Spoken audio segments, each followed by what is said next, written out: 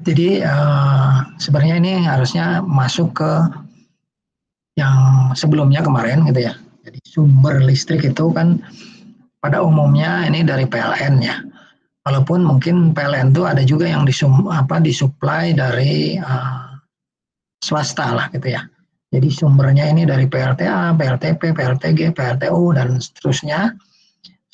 Suplainya ada juga yang dari swasta, tidak hanya dari pemerintah gitu ya. Nah di sini gabungannya kemudian masuk ke trapo induk ya. Ini tegangan tinggi, kemudian disuplai ke trapo tegangan menengah dan untuk industri, untuk perumahan gitu ya. Nah ini sampai misalnya yang sering digunakan adalah yang di rumah itu 220 volt itu dari trapo step down, ini dipasang di tiang listrik biasanya dan disuplai ke rumah-rumah atau ke penerangan jalan umum dan sebagainya itu dengan tegangan 220 volt yang tadinya dari tegangan menengah 20 kilovolt ya. Jadi kalau yang untuk industri dia ngambilnya dari tegangan tinggi ya. Jadi kalau untuk yang rumah dan bisnis itu dari tegangan menengah gitu ya.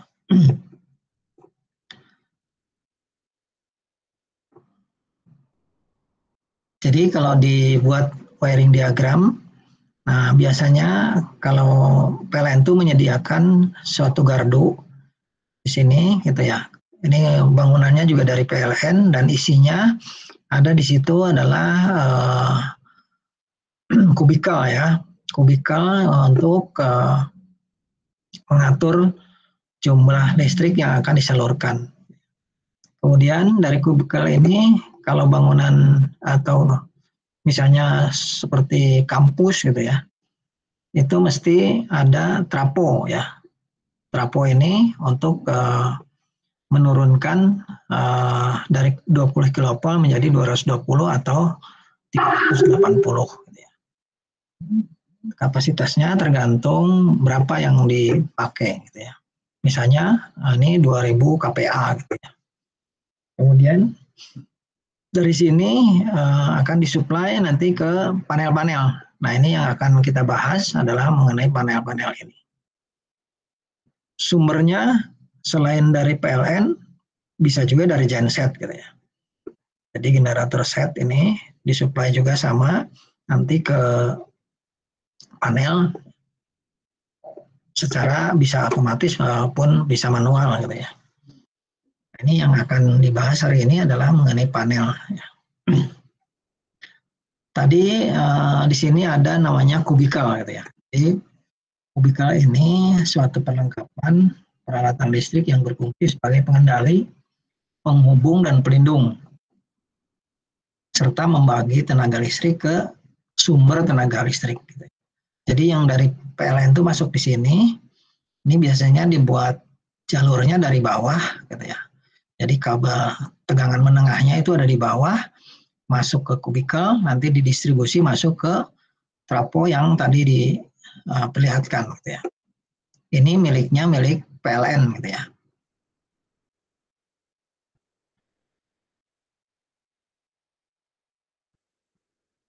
Kemudian, nah di sini ada namanya alat pembatas dan pengukur, gitu ya. Jadi baik tegangan menengah ataupun tegangan rendah itu selalu ada pembatas pengukur, di mana sekarang kan listrik itu berbayar gitu ya, berbayarnya itu kan per kWh gitu ya, maka harus dipasang alat pembatas dan pengukur. Pembatasnya adalah biasanya dipasang MCB gitu ya, atau kalau dulu namanya ada sikring atau fuse gitu ya. Ada ukurannya gitu. Sekarang lebih banyak menggunakan MCB. Ini sirkuit breaker. Jadi kalau misalnya di rumah terpasang 1200 atau 1300 PA, volt ampere, itu MCB-nya berarti 6 ampere gitu ya. Nah, kWh meter ini ada yang berbayar pasca bayar gitu ya, ada yang prabayar. Kalau yang prabayar ini adalah sistemnya token gitu ya. Jadi diisikan pulsanya nanti dipakai gitu ya. Kalau ini dipakai dulu baru dibayar. Nah, untuk yang ukuran besar, kalau seperti di kampus gitu ya, meter atau kWh meternya ukurannya besar juga ya, disesuaikan dengan daya yang digunakan. Jadi ada ukurannya gitu ya. Kemudian, nah dari kWh meter ini kalau di rumah itu kan panelnya hanya sederhana ya. Biasanya hanya berisi mungkin 4 MCB atau 6 MCB ya tergantung dibagi berapa kelompok. Ya. Jadi minggu lalu disampaikan kalau rumah itu sebaiknya minimal itu dibagi 2 kelompok ya. 1 kelompok penerangan, 1 kelompok daya. Gitu ya. Nah kalau misalnya rumahnya 2 lantai, berarti minimal udah ada 4 kelompok gitu ya. Kelompok lantai 1, kelompok lantai 2, kemudian lantai 1 ada 2, lantai 2 ada 2. Kalau lebih aman lagi, mungkin nanti dibagi lagi gitu ya. Di lantai 2 itu ada beberapa kamar misalnya. Dibagi 2 grup gitu ya. Sehingga di lantai 2 aja bisa menjadi 4 MCB. Nah, untuk mendapatkan MCB tersebut, maka diperlukan tempat, yaitu panel ya. Jadi panel listrik itu memiliki bermacam-macam tipe, juga fungsinya, juga bermacam-macam ukuran ya. Karena memiliki karakteristik serta komponen yang berbeda.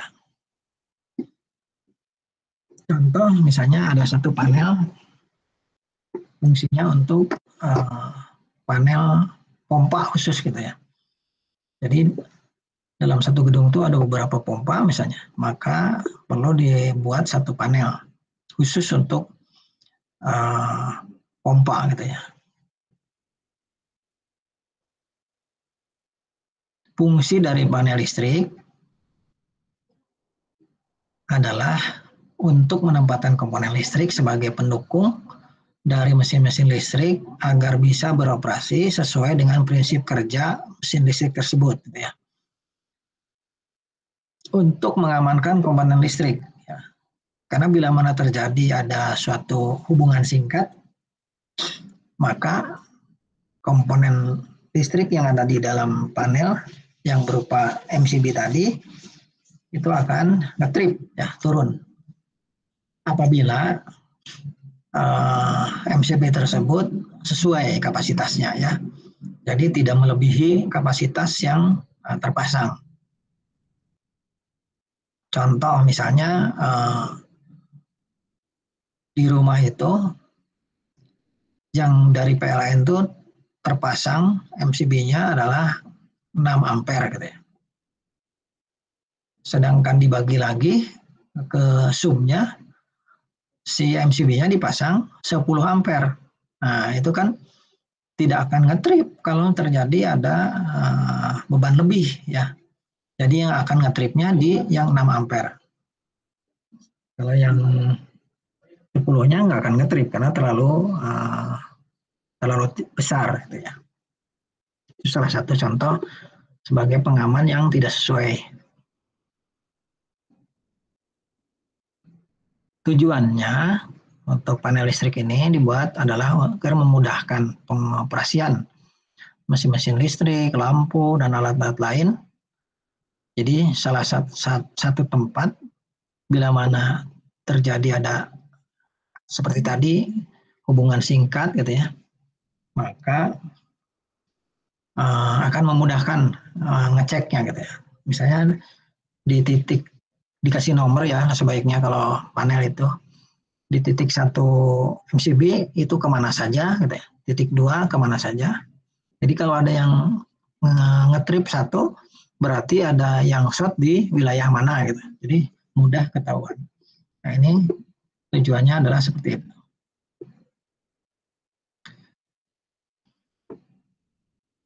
Berdasarkan jenis penggunaannya, ini panel itu ada panel yang medium ya, medium voltage main distribution panel.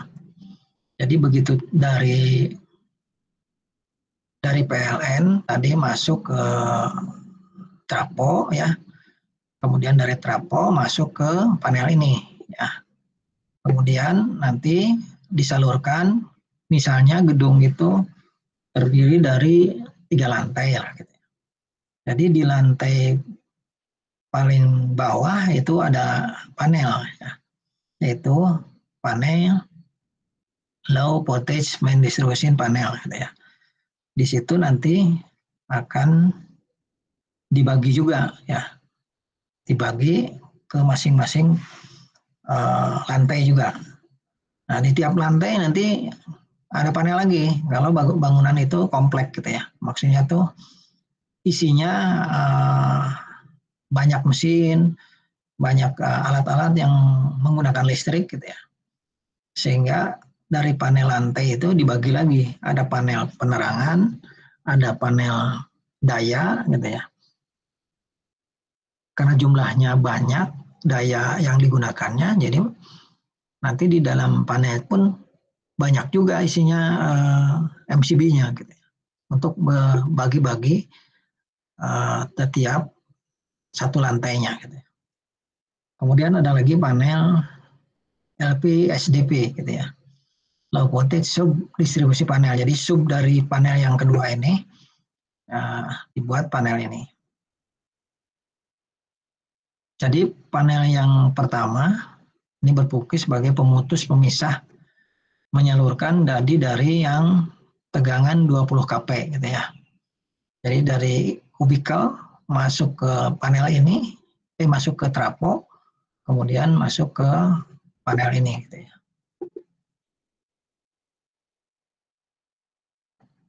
Kemudian nah ini gambarnya seperti ini kurang lebih. Jadi di sini ada komponen seperti MCB tapi ukurannya besar gitu ya. Ini sama juga untuk pemutus, juga pengaman ya.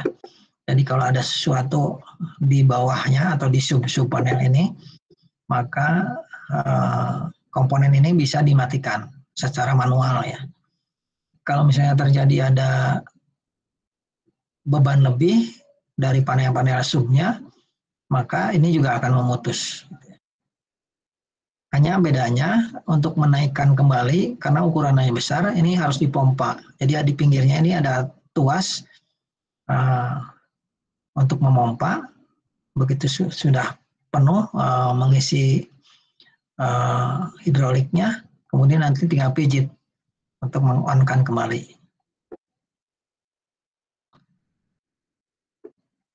Nah ini panel ini fungsinya adalah menerima tegangan listrik dari sumbernya, baik dari PLN maupun genset ya,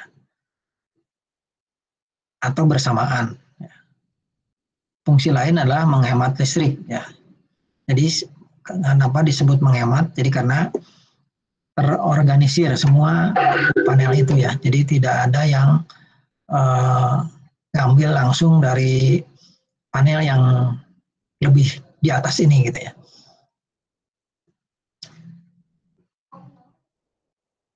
Kemudian juga melindungi dari short circuit ya. Jadi kalau ada hubungan singkat juga ini bisa mengopkan asalkan sesuai dengan bebannya gitu ya.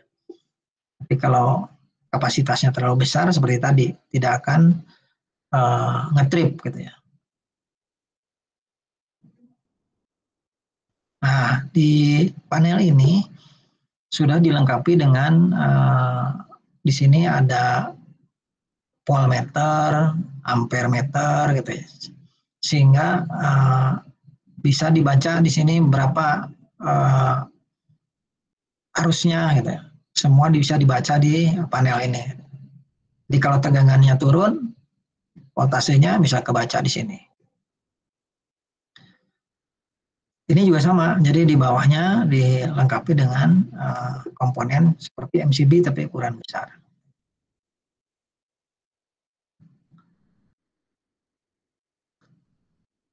Panel ini untuk berfungsi untuk mendistribusikan juga sama menuju panel lokal, yaitu menuju panel yang di masing-masing. Misalnya ada panel lampu, panel alat, panel daya, stop kontak gitu ya, AC dan lain-lain, itu dibaginya dari panel ini. Gitu ya. Gambarnya mirip dengan yang panel tadi ya. Ini juga dilengkapi dengan indikator-indikator, ada pilot lampnya, gitu ya, ada ampere meter, arusnya, ya, kemudian voltmeternya. Nah, tadi kan selain dari PLN, gitu ya, ada juga sumbernya dari genset. Gitu ya. Nah, jadi dari genset pun ada panel, gitu ya. Nah, panel genset ini atau generator set, kalau gensetnya ukuran-ukuran kecil, yang misalnya 1000, 1500, 2000 watt gitu ya, itu biasanya tidak dilengkapi dengan panel seperti ini. Jadi langsung disambungkan ke soket yang sudah terpasang di gensetnya. Tapi kalau gensetnya ukuran besar, mesti dilengkapi dengan panel. Ya. Apalagi genset ini disambungkan secara otomatis. Jadi bila mana mati dari PLN listriknya, maka secara otomatis genset ini akan hidup. Bila mana dipasang seperti ini. Jadi harus ada panel automatic transfer switch yang fungsinya agar penggantian arus dari PLN dan genset dapat berlangsung dengan aman secara otomatis gitu ya. Jadi pemindahannya, saklarnya secara otomatis pindah dengan diatur oleh panel ATS ya, automatic transfer switch.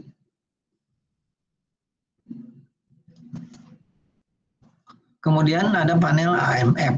Nah, panel ini panel otomatis juga. Jadi bila mana listrik dari PLN mati,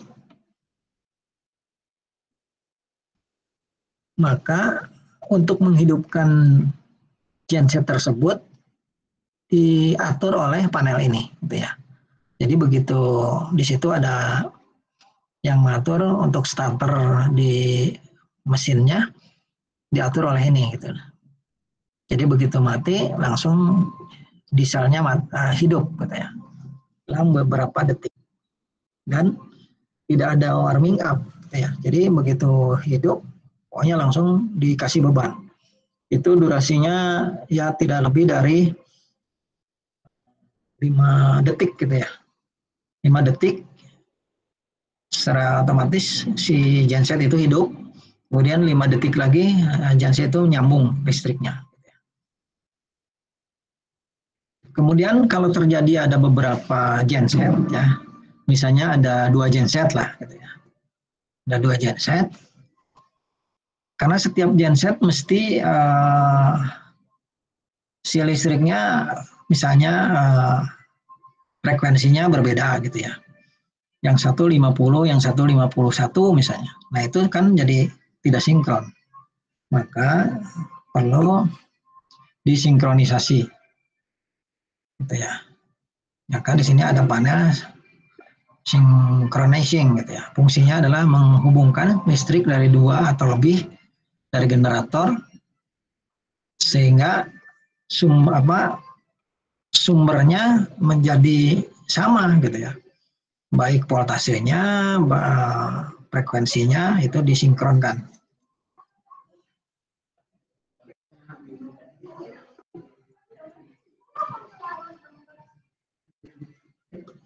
Kemudian ini ada panel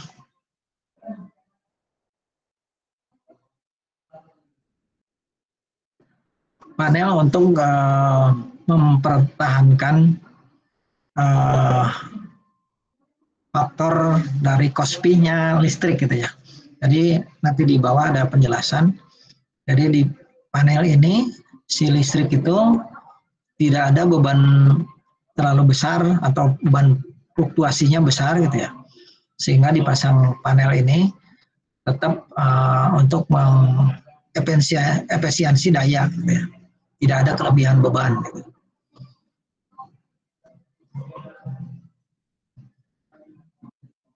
Kemudian ada panel, kalau misalnya ada beberapa motor gitu ya, itu mesti ada panel untuk pengatur motor tersebut ya.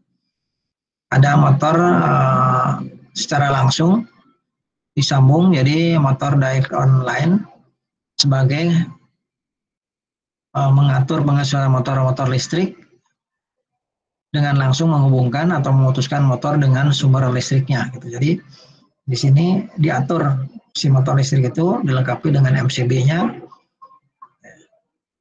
Kemudian ada panel motor star delta. Ini bila mana motor listrik itu ukuran besar, biasanya untuk yang 3 pas gitu ya. Karena pada saat running awal hidup motor gitu ya, atau start awal, itu bisa jadi si listriknya akan ngetrip karena terlalu besar gitu. Maka diatur dengan star delta. Dia akan menghubungkan mungkin satu fasa dulu ya. Dia hidup, setelah dia hidup secara konstan, dia akan secara otomatis kalau dibuat panel dan pindah ke delta gitu ya. Ada juga yang manual ya. Jadi kalau pernah praktek di lab kayu, itu ada satu mesin saklarnya itu dua putaran gitu ya. Jadi begitu start pertama diputar, kemudian berikutnya diputar lagi yaitu ke delta gitu ya.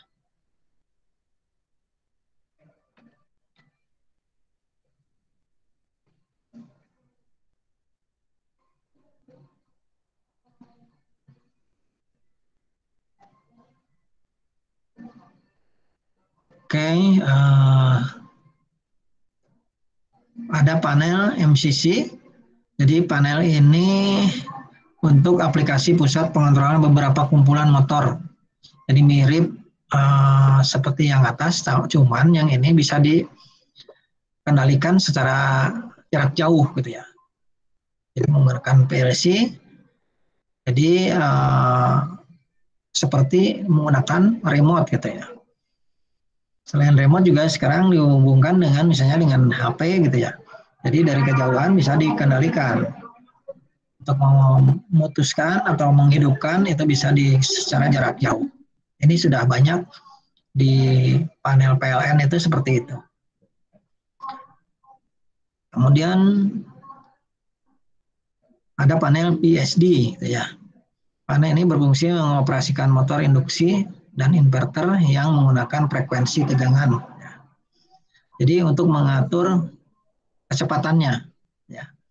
Jadi kalau memang diperlukan kecepatannya lambat, nah ini sering dipasangkan di bor ya, bor listrik. Tapi bor listrik yang duduk, ya. Itu bisa menggunakan panel ini. Ada juga menggunakan sistem puli gitu ya. Kalau ini mengatur listriknya, jadi bisa pelan, bisa cepat.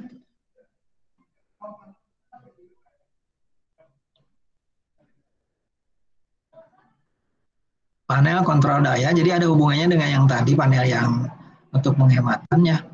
Jadi panel ini untuk memperbaiki faktor daya atau Kospi-nya ya. Karena bila mana lebih dari angka kurang dari angka 0,99 atau 9,1 itu biasanya akan pembayaran listriknya besar gitu ya.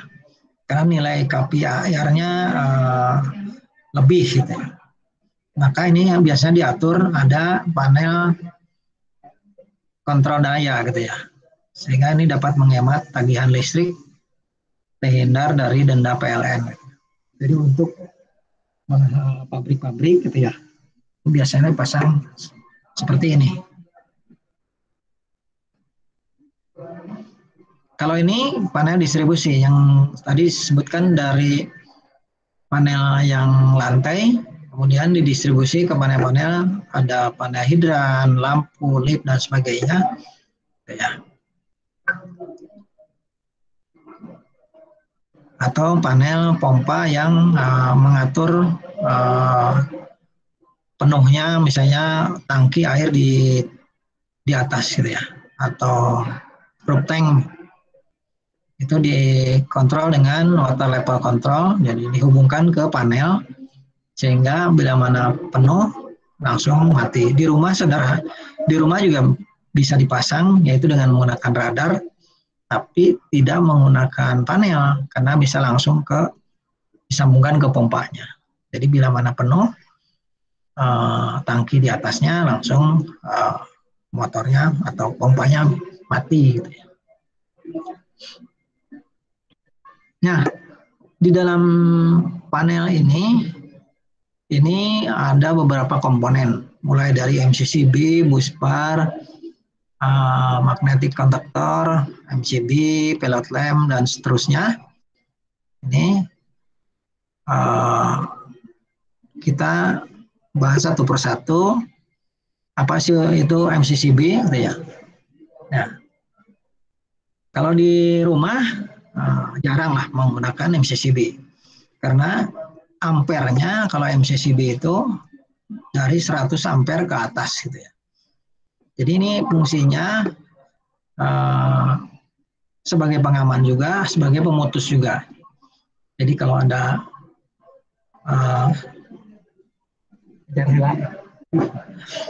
kalau ada sambungan atau hubungan sikat, ini akan ngetrip ini pada posisi off. Jadi kalau on tinggal dinaikkan ke atas. Pada umumnya MCCB ini digunakan ada untuk listrik yang 3 pas ya. 3 pas. Karakteristiknya, nah ini digunakan 3 pas. Kemudian rating ampernya 100 ampere ke atas ya, sampai 1000 ampere. Frekuensinya, hertznya itu adalah 50, strip miring 60 hertz. Jadi di dalamnya menggunakan thermal magnetik. Bisa diatur menjadi fix atau di setel gitu ya. Itu bisa diatur. Sekarang apa bedanya MCB dengan MCCB gitu ya? Yang pertama jelas kapasitas ampernya. Jadi ampernya yang ukuran besar itu 100 sampai 1000. Sedangkan MCB miniatur circuit breaker itu mulai dari 2 ampere sampai 100 ampere. Dari 1 pas dengan 3 pas itu ada MCB. Kalau yang MCCB ini nggak ada yang 1 pasnya. Kemudian tidak bisa diatur gitu ya ampernya. Kalau yang atas bisa diatur. Tidak memiliki tombol reset karena tidak bisa diatur, otomatis tidak punya untuk di reset gitu ya. Dan ukurannya kecil.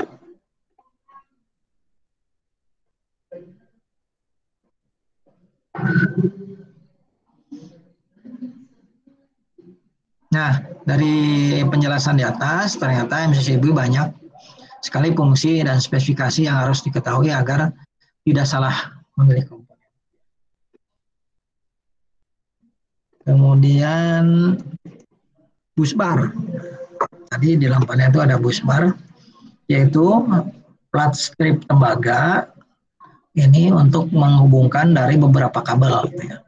Jadi kalau ditumpuk satu kabel di buntir misalnya nyambungnya itu kurang bagus. Jadi makanya nanti ujung kabelnya diberikan skun atau sepatu kabel, kemudian nanti dibautkan di sini, dikencangkan pakai mur baut, nah, untuk disediakan beberapa kabel. Jadi ini untuk 3 pas. Jadi biasanya ini fasa 1, fasa 2, fasa 3, dan ini netralnya gitu ya. Nanti groundingnya adalah di bodinya panel gitu biasanya. Itu bus bar gitu ya. Ini kontaktor. Jadi kontaktor ini biasanya dibuat bisa secara otomatis, bisa manual gitu ya. Mungkin sama juga kalau pernah di lab kayu, panel itu dibuat ada tombolnya di luar gitu ya. Ada tombol warna hijau dan merah gitu ya. Jadi kalau dipijit warna hijau, maka di dalam panel akan terdengar suatu alat untuk menyambungkan listrik dengan menggunakan kontaktor dan dilengkapi dengan komponen lainnya gitu ya. Ini kontaktor, kemudian nah ini yang sering dilihat mungkin di rumah. Jadi begitu masuk ke WH meter, di bawahnya ada komponen seperti ini. Jadi ada tertulis di sini C60N, ada C6N gitu ya. Berarti kalau 6N 6 ampere gitu ya. Kalau 60N berarti 60 ampere. Kemudian tegangannya di sini ada 230 sampai 400. Ya. Karena fluktuasi, kadang-kadang turun, kadang-kadang naik gitu ya. Kemudian ada kapasitas breaking ampernya gitu, sampai 6.000 ampere. Kemudian kelasnya di sini ada kelas energinya 3. Jadi ini kebetulan mereknya Schneider. Tapi kalau yang dipasang di KWH meter itu mesti warnanya biru, itu udah sebagai langganannya PLN lah gitu ya. Jadi mereknya bukan Schneider. Kemudian panel itu dilengkapi dengan pilot lamp. Ada warna kuning, merah, hijau. Ini untuk pasanya. Jadi kalau ada sumber listrik mengalir, ini nyala gitu ya. Jadi kalau mati satu harus dicek apakah lampu ini mati atau jaringan yang mati. Nah, yang tadi saya sampaikan di panel itu dilengkapi dengan komponen ini. Jadi kalau berapa ampernya yang sedang berjalan itu bisa terbaca di ampere meter gitu ya. Kemudian ada voltmeter. Jadi tegangannya nanti apakah 220 atau 230, ini bisa dilihat di voltmeter ini. Satu lagi ada frekuensi. Pada umumnya kan 50 Hz gitu ya, maksimum 60. Nah, bisa dilihat di sini. Jadi kalau 50 berarti ini 52, di sini 51. Kalau 60 di sini gitu ya. Lebih jauh.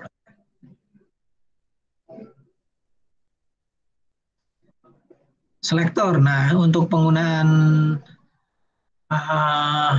yang komponen-komponen ini biasanya digunakan selektor. Jadi kalau mau ngecek ampere berapa diputar ke ampere, ngecek pol putar ke pol gitu ya. Atau frekuensi putar ke frekuensi. Jadi diatur dengan ini, kalau contohnya sih bisa selektor yang on off on gitu ya. Nah, yang tadi di awal disebutkan bahwa sumber itu pada umumnya kan dari PLN gitu ya. Nah, selain PLN itu kan ada generator, Ada juga solar cell. Ada juga di negara lain menggunakan kincir angin gitu. Kita ada beberapa mungkin ada yang udah pernah mencoba di daerah pantai gitu menggunakan kincir juga. Yang ini tadi sudah disampaikan trapo ya. Trapo ini bisa step up, step down gitu ya. Pada umumnya karena tegangan kita ngambil tegangan menengah dan akan digunakan menjadi 220 per 300 atau 380, maka digunakanlah step down gitu ya. Penggunaannya seperti ini. Jadi dari pembangkit ini pada umumnya misalnya pembangkit dari PLTU lah gitu ya. Ini dinaikkan dengan menggunakan trapo karena sumbernya ini biasanya jauh gitu ya. Misalnya ada di Kamojang gitu ya, Garut. Sedangkan akan disuplai ke Bandung gitu ya. Ini kan mesti menggunakan jaringan sutet ya. Tegangan tinggi. Nah, karena jauh mesti dinaikkan dulu. Nah, kemudian nanti begitu masuk ke akan disuplai ke rumah-rumah, maka diturunkan ya, step down traponya. Sehingga di sini udah menjadi 220 atau 380. Ini juga kita pasang lagi untuk ke rumah-rumah itu step down lagi. Atau untuk stabil, supaya stabil.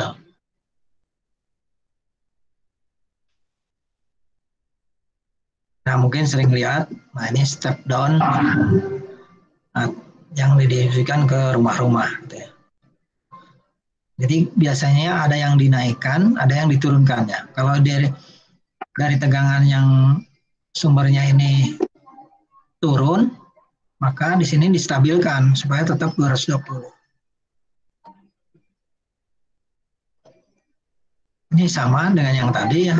Jadi kalau yang ini yang jelas menurunkan ya dari tegangan menengah ke tegangan rendah. Oke, itulah listrik dan panel ya. Kemudian tadi ada salah satu sumber yaitu genset. Genset ini yaitu terdiri dari ada engine-nya atau mesinnya, kemudian ada sumber listriknya yaitu alternator. Jadi sebuah perangkat yang berfungsi menghasilkan daya listrik disebut genset. Genset itu singkatan dari generator set. Karena di dalamnya terdapat perpaduan dari dua jenis perangkat, yaitu mesin dan generator. Jadi kalau kita lihat, nah ini komponennya, ini ada engine-nya ya. Ini kebetulan saya ambil gambarnya yang ukuran besar gitu ya. Ada engine, ada alternator. Alternator ini dinamo lah istilahnya kalau di mobil. Kemudian ada bahan bakarnya, kebetulan ini diesel ya. Di sini juga ada panelnya, ada baterainya untuk starter, ada pendingin mesin gitu ya. Kemudian genset itu kalau ukuran besar ada dua macam ya. Ada yang silent, jadi biasanya ini yang tidak mempunyai ruang khusus genset, maka dipasanglah genset yang silent sehingga tidak berisik gitu ya. Contohlah misalnya di Borma, di supermarket di mana mesti dipasang gensetnya adalah yang silent. Tapi kalau mempunyai ruang khusus yang di soundproof, maka dipilihlah genset yang open type, ya. Sistemnya terbuka. Gitu. Karena beda harga ya, harga yang silent dengan yang open ini beda.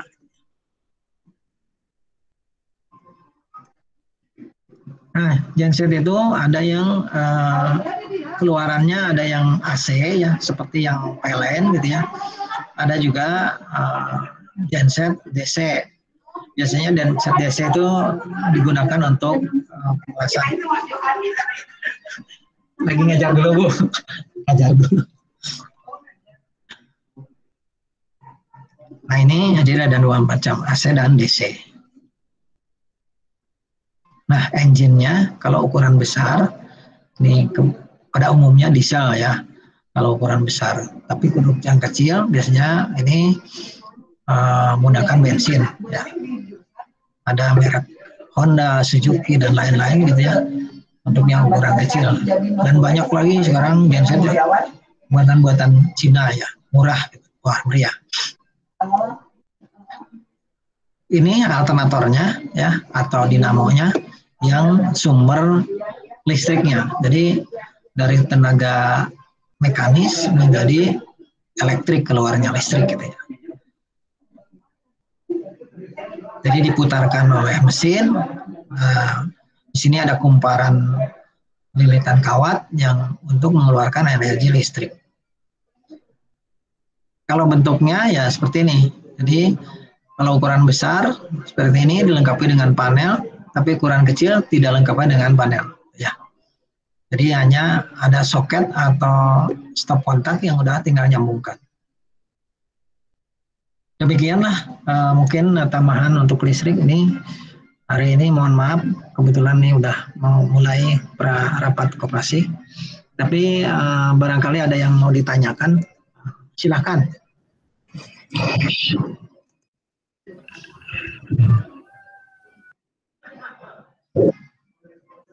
Saya izin bertanya, Pak. Boleh, boleh.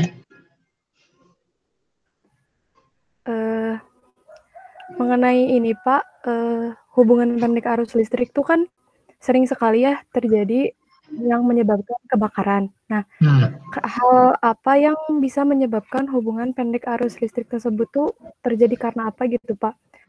Apakah misalnya ketika iya, Pak, silakan. Ya, lanjut. Apakah ketika misalnya Pak tiba-tiba lampu meleduk itu gara-gara hubungan pendek arus listrik atau misalnya karena atau karena apa sih Pak ketika stop kontak dicolok juga meleduk itu tiba-tiba juga apakah disebabkan oleh arus pendek listrik? Seperti itu, Pak. Oke, jadi banyak pengaruhnya ya kalau terjadi kebakaran gara-gara listrik. Yang pertama, penggunaan jenis kabel tidak sesuai dengan spesifikasi untuk listrik. Satu, ya, yang seperti yang dijelaskan minggu lalu, ada kabel audio digunakan untuk listrik. Dikasih beban, misalnya listrik itu untuk pompa air lah gitu ya. Pompa air dengan TV itu lebih berat pompa air ya. Sehingga si kabel itu lama-kelamaan panas ya. Begitu panas, pembungkusnya meleleh. Dari meleleh itu akan timbullah api ya, percikan api. Karena pembungkusnya adalah plastik, maka nyalalah kabel tersebut. Itu dari gara-gara kabel ya. Kedua, pengaman ya. Pengaman yang dipasang banyak sekali yang dirubah-rubah ya. Yang terpasang misalnya hanya 4 ampere, dirubahlah menjadi 6 ampere gitu ya. Karena pingin dayanya lebih besar. Nah seperti itu kan melanggar ya, jadi dirubah ukurannya. Yang harusnya nanti misalnya kalau misalnya ada hubungan singkat itu ngetrip, turun MCB-nya, karena dinaikkan dayanya tidak turun-turun, akhirnya yang kalah kabelnya juga ya. Kabelnya kalah, meleleh, terbakar. Ketiga, sistem nyambung ya. Sistem nyambung kabel. Sering sekali menyambung kabel itu hanya ditempelkan gitu ya, tidak diputar secara kuat. Karena kalau istilah bahasa Jerman itu pongken gitu ya. Si kabel itu angus gara-gara setiap akan digunakan seperti tadi menyolokkan salah satu alat listrik ke stop kontak, keluar api percikan ya. Itu gara-gara kabelnya tidak kenceng ya. Jadi dia begitu mau nyambung, karena dayanya cukup besar, misalnya laptop atau apa, maka keluarlah percikan api. Gitu. Itu gara-gara sambungannya kurang kencang. Bisa jadi di stop kontaknya itu sistem nyambung ke soketnya kurang kencang juga, gitu ya. Maka keluarlah percikan api. Keempat, sistem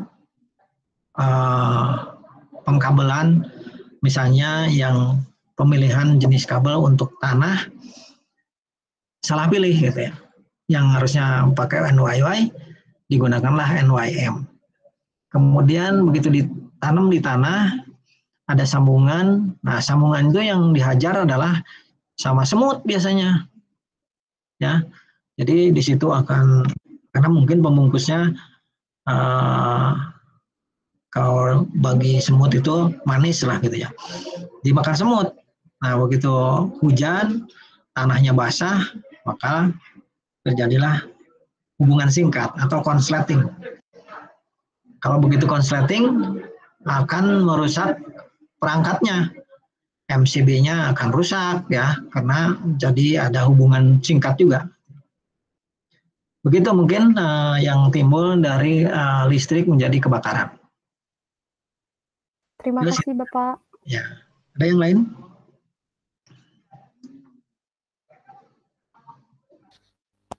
Bapak mau bertanya? Ya, silakan. Untuk kan tadi Bapak bilang kalau setiap lantainya tuh kayak menyesuaikan dari sesuai kebutuhan jadi MCB-nya disesuaikan oleh kebutuhan setiap lantainya. Nah, cara bagi si kebutuhan MCB-nya itu gimana Pak? Jadi kayak misalkan lantai 1 perlunya 4, lantai 2 perlunya 2, kayak gitu tuh gimana caranya? Jadi gini, pertama yang paling sederhana adalah dibagi grupnya adalah lampu dengan stop kontak. Stop kontak itu daya ya, yang untuk misalnya komputer, rice cooker dan lain-lain ya, itu kulkas gitu ya. Nah itu dipisahkan jadi 2 kelompok, penerangan dan daya.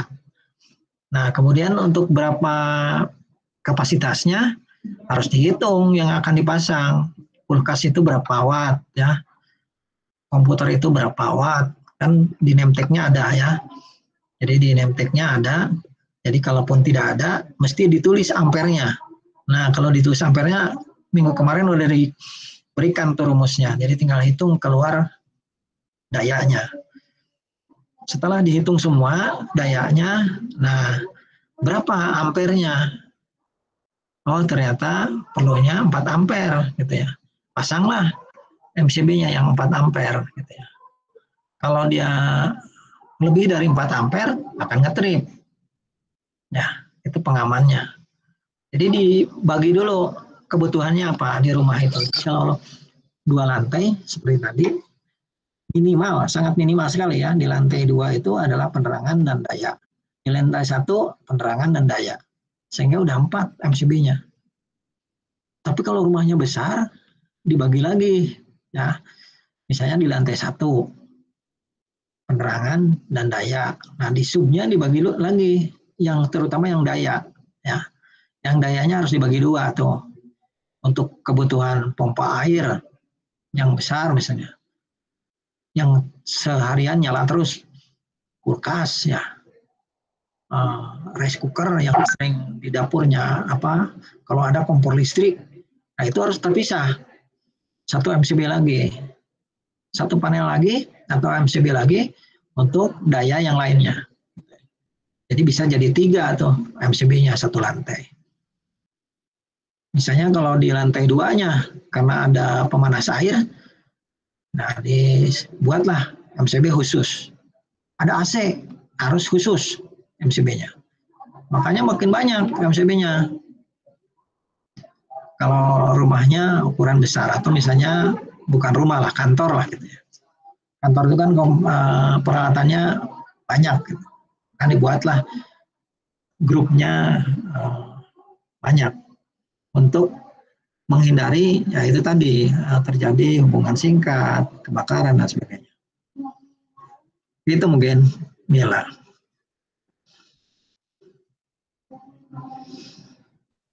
Oh ya Pak, makasih. Ada lagi? Pak, izin bertanya. Ya, Pak Mi. Berhubungan sama yang tadi pertanyaan ya, yang arus pendek itu kalau misalnya kan stop kontak tuh disambunginnya langsung ke kabelnya. Nah, kalau misalnya sebelum disambungin ke stop kontak tuh boleh nggak pas si kabelnya tuh disambungin pakai sikring gitu. Jadi kalau misalnya ada arus pendek atau kelebihan muatan, jadi yang kenanya dulu tuh si sikringnya gitu Pak. Boleh nggak kalau kayak gitu? Boleh, makanya MCB itu merupakan pengganti dari sikring. Kadang-kadang sekarang kan sikring itu sudah jarang digunakan, jadi menggunakannya MCB. MCB itu lebih peka gitu. Jadi begitu kalau ada seperti tadi, kamu misalnya dayanya akan dipasang untuk 2 watt, 2 ampere lah gitu ya. Begitu dipakai yang lebih dari 2 ampere, dia akan ngetrip. Atau misalnya ada hubungan singkat tadi, si MCB-nya akan ngetrip. Jadi lebih peka menggunakan MCB.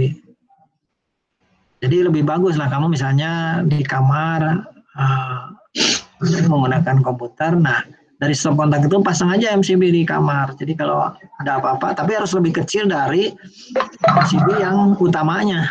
Ya. Yang dari PLN misalnya 6 ampere, kamu pasang lah yang di kamarnya 2 ampere. Itu sebagai pengaman. Oh ya, baik. Terima kasih Pak. Ya. Kemudian ini yang sambungan stop kontak itu pada umumnya sering tidak dipasang grounding gitu ya.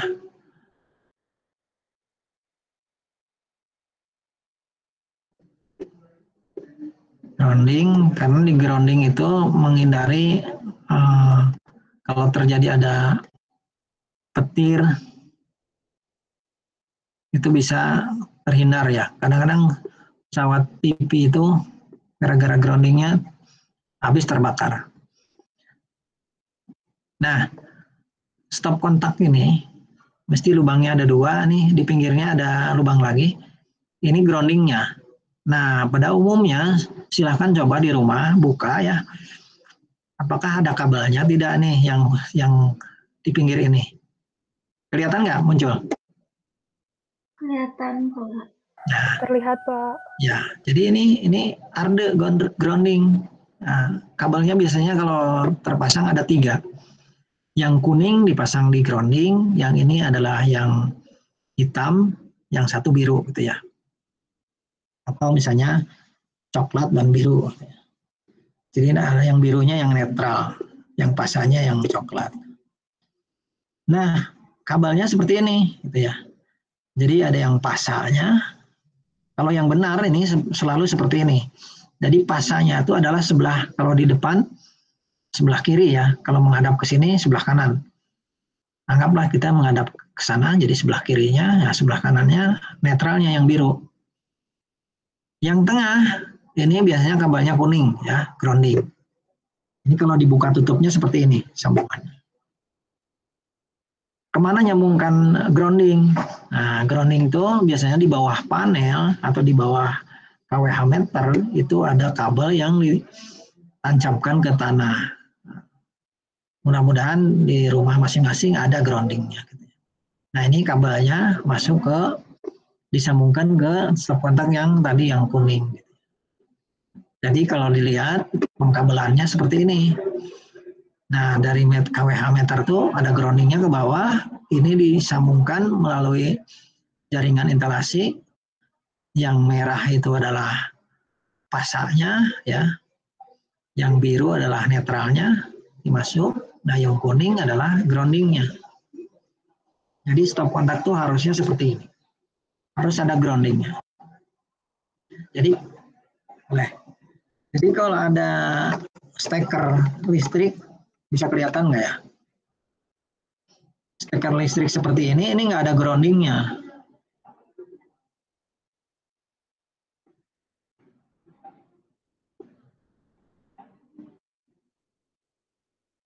Bisa kelihatan nih. Ini tidak ada grounding ya. Tapi kalau misalnya ini seperti ini bulat ya, di pinggirnya ada cowakan nih, cowak. Nah ini grounding ya, ini kabelnya ada 3 isinya. Ini yang lebih aman. Jadi kalau laptop yang stekernya seperti ini lebih aman. Oke, mungkin itu yang mengenai kelistrikan. Mohon maaf tidak bisa lanjut ini karena udah mau mulai. Mungkin silahkan Pak Rahmat melanjutkan atau masih ada yang ditanyakan? Silakan. Pak, saya mau nanya. Ya, silakan Salsa. Nyambung sama tadi pertanyaan dari Cynthia ya Pak. Kan yang ditanyain Cynthia teh kenapa bisa arus pendek listrik kan Pak? Ya. Kan kalau itu kan lebih ke kabel yang di rumah-rumah gitu. Ya. Nah kalau misalkan ada Pak kecelakaan, kebakaran yang disebabinnya juga dari yang tiang listriknya. Ya. Nah itu gimana Pak? Jadi yang sering terjadi kebakaran dari tiang listriknya itu si orang PLN itu terutama yang teknisi yang menyambungkan dari tiang ke rumah, dia tidak melihat lagi satu sambungan listrik disambungkan ke beberapa rumah. Dari satu rumah satu nyambung lagi rumah 2, rumah 3, 4, 5 gitu ya. Sehingga kabel yang paling awal nyambung ke tiang listrik kan itu overload gitu ya. Itu yang sering terjadi, si teknisinya tidak memikirkan bebannya. Harusnya kalau sudah lebih dari 3 sambungan, dia narik lagi dari tiang, ya, nyambungnya dari tiang. Itu yang sering terjadi. Jadi beberapa rumah dari rumah 1 nyambung rumah kedua, ketiga gitu ya. Disambung-sambung. Jadi tidak langsung dari tiangnya. Gitu. Kedua, sering juga yaitu karena sistem sambungan di tiang itu banyaknya yang dipuntir ya, seperti kabel di rumah gitu. Padahal itu kan ukurannya besar dan ada alat sambungnya, harusnya dibaut ya, diklem dibaut sehingga tidak terjadi pongken atau keluar percikan api. Itu yang sering terjadi kebakaran di tiang listrik. Oke, Salsa. Iya Pak, makasih Pak. Ada yang lain? Belum ada Pak. Belum ada. Kita Pak, izin bertanya, untuk absen yang kedua itu apakah harus absen lagi di akademik atau bagaimana ya Pak? Absen lagi. Yang dari 750 Pak? Ya. Oh ya, kasih Pak. Ya. Nanti kan sekarang belum ya? Nanti 750 kan saya di absen lagi yang itunya. Baru bisa ngabsen. Totalnya satu kelas berapa orang? 24. Berarti hadir semua ya. Bentar, saya print out absen dulu.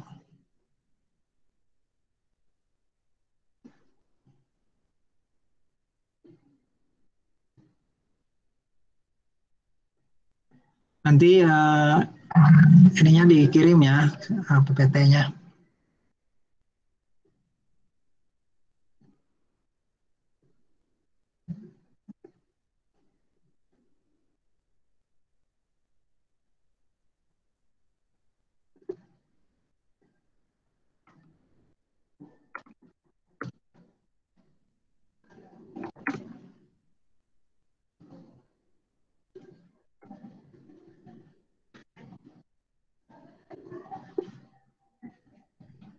Silakan kalau masih ada yang ditanyakan, mumpung saya masih di sini.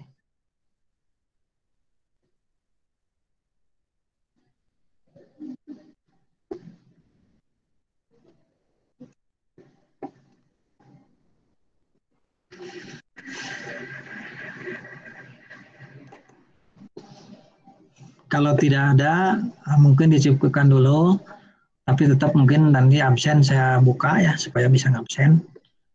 Apakah